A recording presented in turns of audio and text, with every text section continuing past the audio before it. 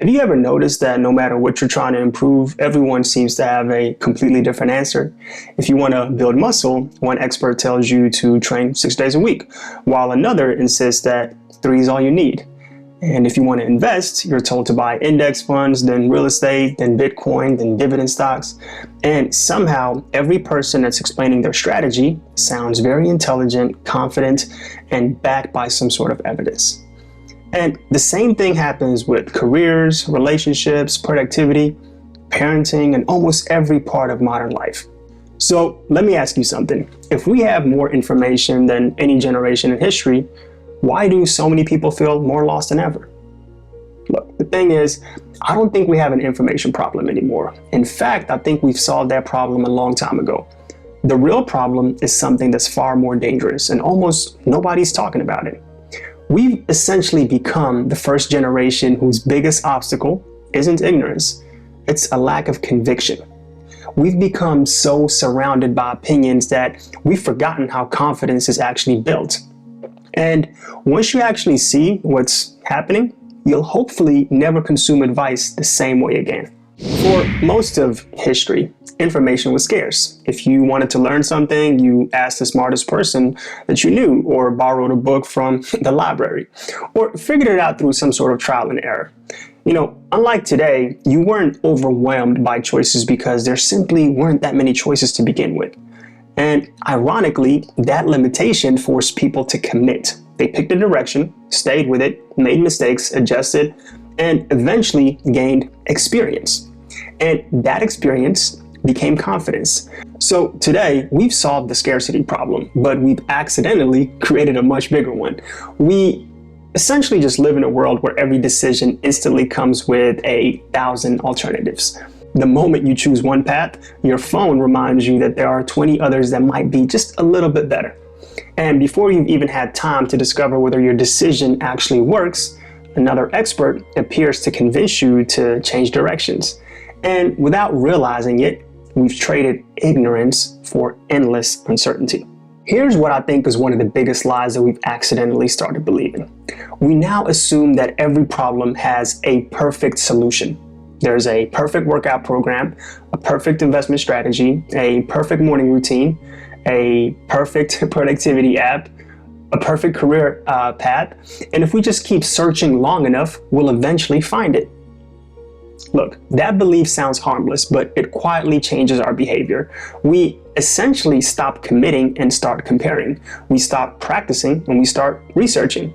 And we basically just stop building experience and start collecting opinions. Imagine someone decides they want to get in shape. 20 years ago, they would have probably just asked the fittest person that they knew for advice.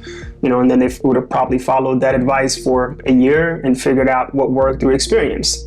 Today, however, before they ever touch a dumbbell, they've watched 50 YouTube videos that compares workout splits, listened to 35 podcasts debating, protein timing. They downloaded probably multiple fitness apps and just, started random arguments with, strangers on Reddit. And somehow they've become incredibly educated without becoming any healthier. Now, that's because information creates a dangerous illusion. It feels productive. Your brain basically rewards you for learning something new, even if your life technically hasn't changed at all. And watching another video feels like progress because you're, expanding your perspective and your knowledge. But knowledge and progress aren't the same thing. Action is the only thing that creates progress. Information basically just creates potential. And the modern world has blurred the line between the two so well that many people mistake preparation for execution. And look, for lack of better words, let's call this the optimization trap. It's the belief that if you just gather a little more information, you'll finally feel ready. But the problem with that approach is that the finish line is going to keep moving further and further. Every answer is going to introduce another question. Every strategy introduces another alternative. And every expert introduces another expert who disagrees. And in the end, you don't become more prepared, you just end up trapped in this infinite search loop. At this point, you might be thinking, so who am I supposed to trust? I actually think that's the wrong question. But before we, obviously answer it, we need to understand why everyone sounds so convincing in the first place. Most experts aren't lying. They're describing reality through their own experience. Imagine asking 5 wealthy people how to become rich. One of them built a business, another climbed the corporate ladder, another invested in index funds for 25 years, and another bought rental properties, and one other person just took a huge risk on a startup. Every one of them succeeded, and every one of them genuinely believes that their path was a key.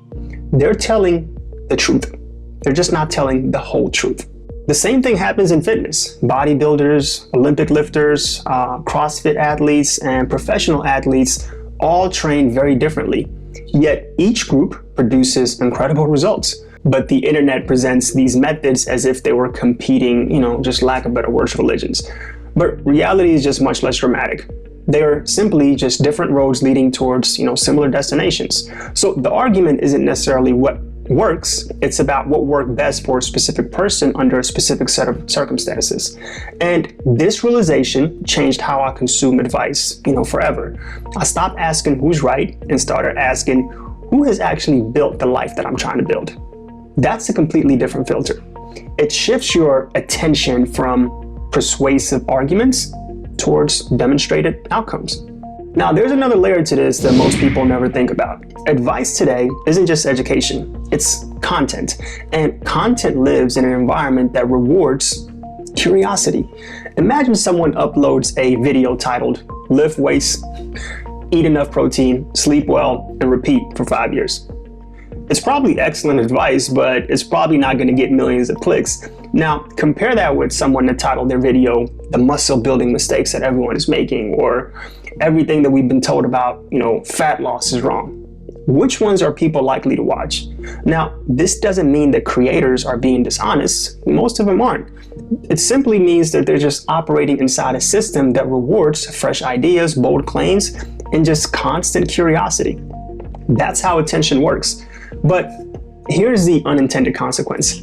Every week, there has to be a new answer, even when, last week's answer still works. Advice basically slowly transforms into entertainment, and entertainment always needs another episode. This is where everything comes together. I don't think the internet's biggest cost is distraction. I think it's interruption. Here's why. Confidence grows through uninterrupted repetition. You make a decision, stick with it, survive the mistakes, improve, and eventually you trust yourself. But what happens when every few days another opinion interrupts that process? You basically just never stay with one approach long enough to discover whether it works. Your confidence doesn't have time to grow because it's constantly being reset. Think about practicing basketball, for example. Imagine your coach changed every single practice. One day you're told to shoot like Steph Curry, the next day it's Kobe Bryant, the next day it's Ray Allen, and then someone comes in and tells you that your stance is wrong, and then another tells you that your release is wrong, and then, another comes in and tries to change your footwork. Now, none of these coaches are necessarily wrong, but changing coaches every day basically just guarantees that you're never going to master one system. That's exactly how many of us consume information online. We aren't just learning from different people, we're switching coaches before we've even finished the first drill. So that's why I believe that the internet is quietly competing against your confidence. Not your, attention, your confidence. Every new opinion basically whispers the same message. Maybe you should change course. Eventually, you end up stopping your own judgment because you've outsourced every decision to somebody else. When I was younger, I assumed successful people had more answers than everybody else. The older I've gotten, though, the more I think that the opposite is actually true. They've simply learned when to stop asking new questions. They understand something most of us overlook. Confidence isn't something that you discover before taking action. It's something that you earn after repeating the same actions long enough to actually see some sort of results. They don't know the future any better than you do. They just understand that commitment reveals answers that endless research never could. That's why two people can consume the exact same information and end up with two completely different lives. One spends the year learning, and then the other spends the year practicing. 12 months later, the second person doesn't just have more experience, they have something much more valuable. They trust themselves. I'll leave you with one thought that completely changed how I think about self-improvement. When I was younger, I used to think that, successful people knew something that I didn't. You imagine they're carrying around some sort of secret knowledge that explains why they're ahead. But after watching enough people build remarkable lives, I've started noticing a different pattern.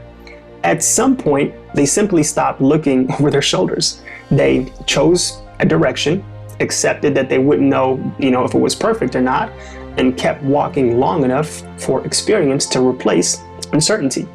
And along the way, they made mistakes, corrected them, and slowly built something that no podcast, no book, or no YouTube video could ever give them. And that's conviction. Look, maybe that's the real skill that the modern world is missing. Not finding more information, not, discovering the perfect strategy, but knowing when you learned enough to finally just begin. The people that we call experts aren't the ones who found the perfect map. They're the ones who stopped collecting maps and simply just started walking.